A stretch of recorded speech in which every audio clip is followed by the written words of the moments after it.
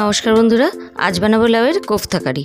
লাউটাকে এইভাবে কেটে নিয়েছি, কালো জিরে দিয়ে দিলাম, আদা ঘষা দিয়ে দিলাম, এর সঙ্গে একটা মিডিয়াম সাইজের আলু সেদ্ধ দিয়ে দিলাম, লঙ্কা কুচি, নুন, 2 চামচ বেসন, 2 চামচ চালের গুঁড়ো, লঙ্কার গুঁড়ো আর চিনি দিয়ে ভালো করে মেখে নিচ্ছি। এবার গরম তেলে বড়ার মতো করে ভেজে নিলাম। নিরামিষের দিনে এটা খেতে বেশ ভালো লাগে। ফোড়নে সাদা জিরে দিয়ে টমেটো আর আদার একটা পেস্ট বানিয়েছিলাম, সেটা দিয়ে দিলাম। এবার সব মশলাগুলোকে দিয়ে একটা গ্রেভি বানাবো। আর এই মশলাটাকে একটু কষিয়ে নিচ্ছি।